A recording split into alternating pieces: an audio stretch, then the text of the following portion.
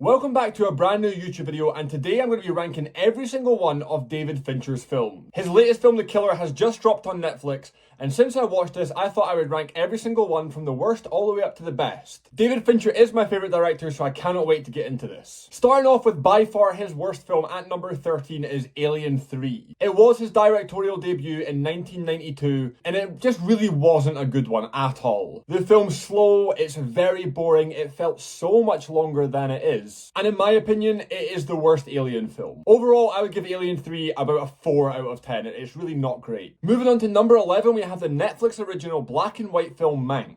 This film is a biopic about the life of Henry Mankiewicz in his quest to write Citizen Kane. First of all, Gary Oldman, his acting was brilliant. The acting in this film was by far the highlight, but overall, it's a very, very hard watch. It really couldn't keep me engaged at any point. The film felt about 5 hours long. It just felt like it was never going to end. And to be honest, Herman Mankiewicz had a very average life. It's not that exciting a life that you can make a movie about. And also, I personally didn't like it because it just doesn't feel like a classic David Fincher film. Overall, I would give this one a 4 out of 10 as well. Moving on to number 10, we have Panic Room. I think this film is overhated. I actually quite like it quite a bit. Jodie Foster is excellent, Forrest Whitaker has a great performance, and even young Kristen Stewart, very, very solid. However, probably the highlight for me is Jared Leto's performance as kind of the villain, I guess, is very convincing. Who would have known Jared Leto could play a good psychopath? I could tell you meant that.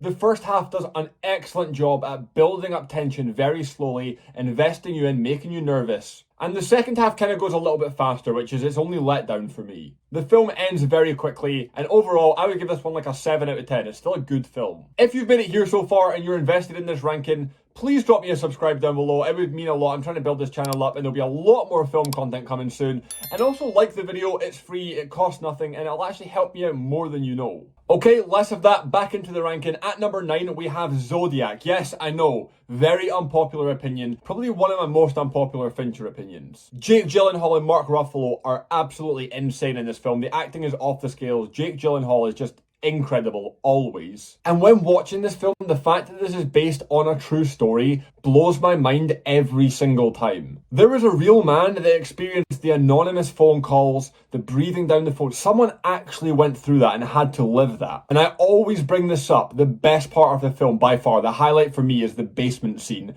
Not many people have basements in California. I honestly think that is the most terrifying scene in any film I've ever watched. I'm including horrors. It is so unnerving. It actually rattled me the first time I watched it. I couldn't, oh my god, it was so scary. Overall, I would give Zodiac an 8 out of 10. A very, very good film. At number 8, I have what I think is David Fincher's most underrated film of all time, The Game. No one ever talks this when they talk about Fincher's best, but I think it is actually up there and could be in that conversation. This film is like a sinister Truman Show. From minute 1 of the film, there is an overarching sense of doom the whole way through. Nothing feels right. There's about 7 plot twists in this film. You're constantly on your toes trying to work out what's going on. Honestly, I was watching the film from home and I just didn't even trust anything. Even from home, I didn't know what to believe. I think this film is excellent. Michael Douglas is great. It is a classic. I would give this 8 out of 10. Okay, jumping into number 7. One that I think is overhated a little bit is The Curious Case of Benjamin Button. Of course, I'll state the obvious. Brad Pitt is brilliant. He's always brilliant. He's Brad Pitt. Cate Blanchett is excellent. She is my favourite actress of all time. This film is a very long one. Normally that's what people complain about. I like it if it's done correctly. I think it is the perfect slow burn from the first minute all the way to the end. It's an incredibly emotional story about Benjamin Button, especially involving his relationship with Cate Blanchett's character, because all the way through the film, you always know how that will end, and it is incredibly heartbreaking. This one is different from David Fincher's other films, and I liked it, so I would give this one a 9 out of 10. At number 6, now this actually might be, not Zodiac, this might be the most unpopular. I have The Social Network, Mark! which people crucify me for online. But I'm not saying it's a bad film. I like it a lot. Let me explain. David Fincher made the invention of Facebook into a hypnotizing film. I couldn't take my eyes off the screen. Jesse Eisenberg is as punchable as always, and somehow Justin Timberlake is even more hateable. I can't stand him. Andrew Garfield is showing us why he's one of the best actors of our whole generation the whole way throughout the film, but the only reason I have it at number 6 is because I prefer more dark, gritted, grounded type of films. The Social Network, I would give a solid 9 out of 10 to. I just prefer the other ones above it more. Moving into the top 5 now, we have the dark, mysterious, anxiety-provoking The Girl with the Dragon Tattoo. Based off the Swedish book, this film at points actually made me feel physically sick. I almost couldn't watch some parts of this film. It is a very long film, yes, but it is captivating from the first scene. It drew me in, I could not stop watching it. The acting from Daniel Craig is phenomenal, but Rooney Mara really steals the show. She is incredible, and I really think she deserves an Oscar for this. I was on the edge of my seat the whole time,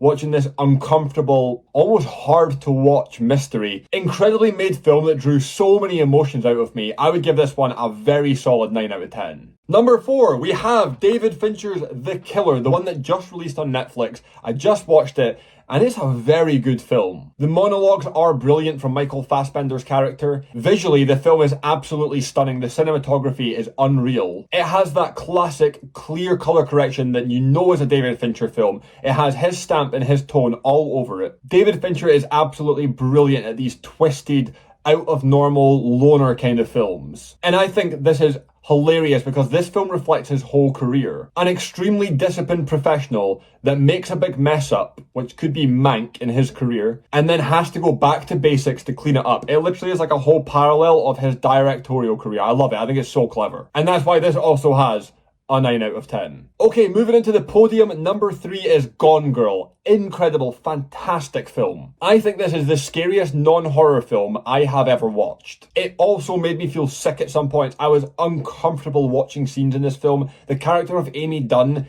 is so haunting, so frightening. And this film really conveys that the media controls whatever narrative they want and people will eat it up. It's actually so frightening that this could happen in real life to someone. Of course, Ben Affleck was brilliant, but this film, oh my god, I have never actually been more nervous or more just unsettled watching something in my life. I would give Gone Girl also a 9 out of 10. Moving into the top 2. At number 2, I have the best ever detective film ever made, Seven. It's realistic, it's immersive, it's dark, it's gritty, it makes you feel like you're there from the first minute. It builds tension slowly throughout the whole film, keeps you on the edge of your seat. Brad Pitt and Morgan Freeman are brilliant, and Kevin Spacey gives a brilliant performance as the unnerving John Doe. And that ending, the head in the box ending, is so clever. It blew my mind the first time I watched it, that Kevin Spacey completed his 7 sins. That ending is one of the best plot twists, or best endings, rather, ever in any film, period. And coming in at number 1, the best David Fincher film, in my opinion,